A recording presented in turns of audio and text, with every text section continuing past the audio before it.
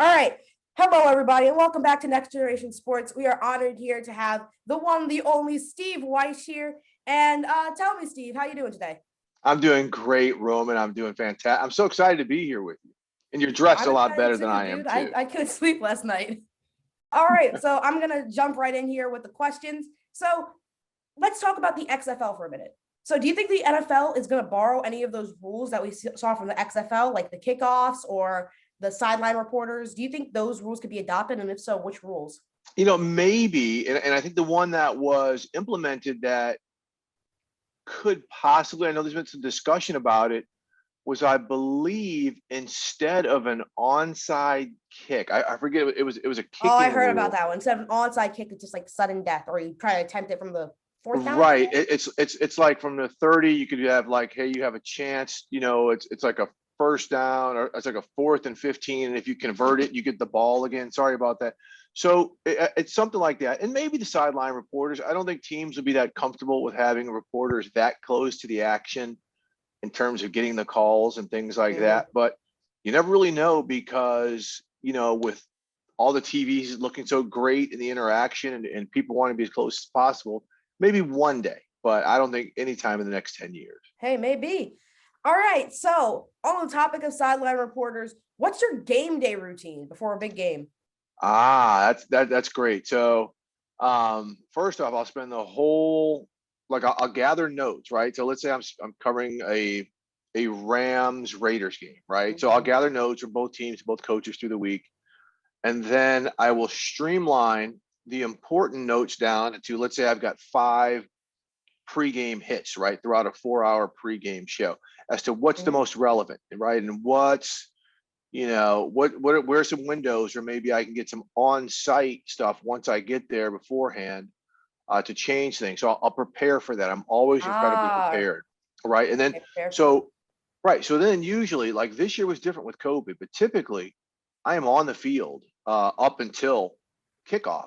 So I'll have a lot of interaction with general managers, team executives, whatever, who might drop a little bug in my ear before the game so I can report that. But I'm also just kind of watching to gather things for the long day. So then I'll go up to a press box. Yeah, go up to the press box, watch the game, and then post game, I'm back on the field doing an interview with the star of the game or something like that. And then I'm in the locker room interviewing players and coaches and things like that, with gathering information that'll last for days. So it's a long day, but it's a fun day. I mean, come on, I'm covering football for a living. Yeah. So, and also, I mean, the most important part is I got to get up and coordinate and make sure that my suit and everything looks really good. All right. So what are the moments that you think carried you to this position where you are right now? Well, I've had a long career. I've been doing this for a long time. I mean, I started in 1989. I was a long-time newspaper writer.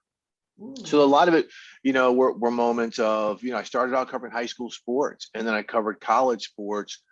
I covered the Miami Dolphins for a while when I was working in Miami, and then I ended up covering the NBA, covering the Miami Heat. And I moved to Washington, D.C. and covered the Washington Wizards. And then I moved to Atlanta, and I got back into the NFL game. And part of that was my old sports editor in Miami took over the sports section in Atlanta, and he asked me to come work down there. So that's how I started covering the Atlanta Falcons. And, just a lot of big stories along the way. And the biggest, of course, was when I covered the Falcons. Our quarterback, Michael Vick, was involved in a dog fighting crime ring. And it was hugely, hugely newsworthy on every type of news channel. And the fact that my partner, Daryl Ledbetter, and I kind of led the reporting surge on that, which led to a lot of interviews on CNN and ESPN and things like that. People could say I could do TV. And in 2008, the NFL Network offered me a job, and I have been there ever since. But a lot of what I do is just years of experience and being out in front of a lot of big stories. Sounds like a long road to get there. Yes. But from my next question is, at the position of being a broadcaster, not an executive, not a football player, what's the most important skill for you to have? People skills. You have to be able to deal with a lot of different types of people. A lot of, and that this is in the workplace and in the reporting, right? So in the workplace, I tell people when I finished Howard University in 1989, I went to Richmond, Virginia for my first job. I was by far the youngest person in the sports department, by far the youngest person Mm. in the newsroom. I'm in the South, and I'm dealing with, people who have health issues and people going through divorces. So I'm like, wow, I haven't been around this, this environment before Mhm. where it's constantly in my face. So being able to deal with that. And then when you're, in the business itself, reporting, you're dealing with people from all different types of cultures, people with all types of different political beliefs or religious beliefs. So you have to try to understand where people are coming from and not judge them, and really take them Ah, for who they are. So I mean, people skills to me are the most important. Yes, there's the things that you learn in school, Roman, and the things that your experience brings you about the craft, and being able to really manage people, especially in the past couple of years, when you've had, a lot of social protest, and you've had a lot of political uprising. I mean, it's that's always in the big. Yeah. forefront, even in sports. So being able to deal with people, um, by far, to me, is the most critical element.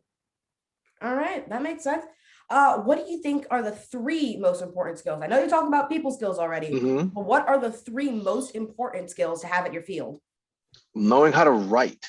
Ooh. People don't understand how important it is, because if you can write words that can paint a video picture, right, that will help you write scripts and organize your thoughts and enhance your vocabulary, which leads me to point two: be well read. The more you read fiction, Mm. nonfiction, murder mysteries, history, whatever, it will expand your vocabulary, because a lot of these great authors use words that are really descriptive and very on point, that you can draw from. And it just really helps shape a scene you often try to set if you don't have the video to tell the picture. So that's an important one. And number three is just overall know your stuff. You have got to be prepared, because a lot of people may get their job because they're charming, or they look good, or they interview well. But if you don't know your stuff, if you try to use that to carry you, you'll be exposed long term. Ah, You will all be right. exposed. Yeah. You're real handsome and charming there, Roman. But I mean, I can tell you know your stuff too. So I think you got the goods. Thank you. Well, you've given my mom all the excuses to make me pick up a book each night. So Yes. we're going to move on to the next question. What are any rules do you think the NFL will keep from this season with COVID-19? Oh, that's a great one. Well, I mean, I think there will be, even though people are getting vaccinated and the numbers are coming down, I think there still will be some testing, um, up until a point, and there will be some things. If a player tests positive, he'll still be isolated. Um, I do think that, so in terms of, like, especially how we deal with players, and even outside contact, a lot of times before the game there'll be 500 people on the field, sponsors and Mhm. families. I don't know if those people, at least at the beginning of the season, will be allowed on the field. I think they're still going to try to keep some distance. And with media members, I don't know if we're going to be allowed in the locker rooms right away. I do think, since this year we did all of our interviews via Zoom, right? I've never met these rookies, these incoming people in person, right? It was all done by Zoom. Um, I do think we'll be able to get on the field for practice, and they will bring these people to us and kind of, put the subjects, the players or the coaches or whomever, on a podium, and we can interview them that way. But I don't think we're going to be allowed into the locker room, just because it is still a close contact situation. So until we're completely over this, those are just a few of the immediate things Yeah. that I think we're going to see. I mean, I don't know if they're going to, force referees to continue to wear masks on the field, or players to wear masks, players and coaches to wear masks on the sidelines. I don't know if that will continue, maybe again to start the season, but if everybody keeps doing what they're doing, these numbers keep going down, I think we'll be a little bit closer to normal.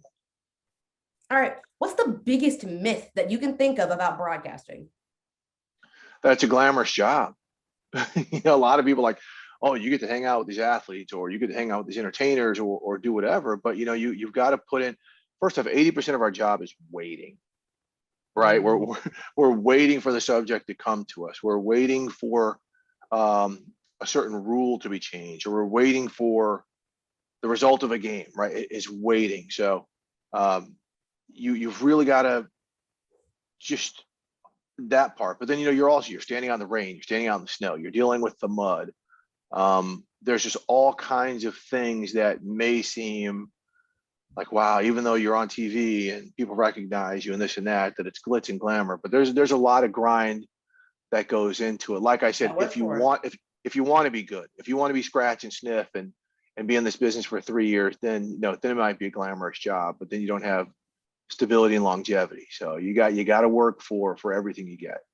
I'm going to throw you a curveball here. So I saw your recent interview with Zach Wilson. Great interview, by the way. Thank you. Do you think that with the trade up with the San Francisco 49ers, what do you think is going to go on with this quarterback class? Well, I think there's going to be 4 quarterbacks taken with the first 4 picks, and I've also heard that from some people. So we know the Jacksonville Jaguars have the first pick, and it looks like they're going to take Trevor Lawrence out of Clemson. Mm-hmm. So now the Jets have the number 2 pick.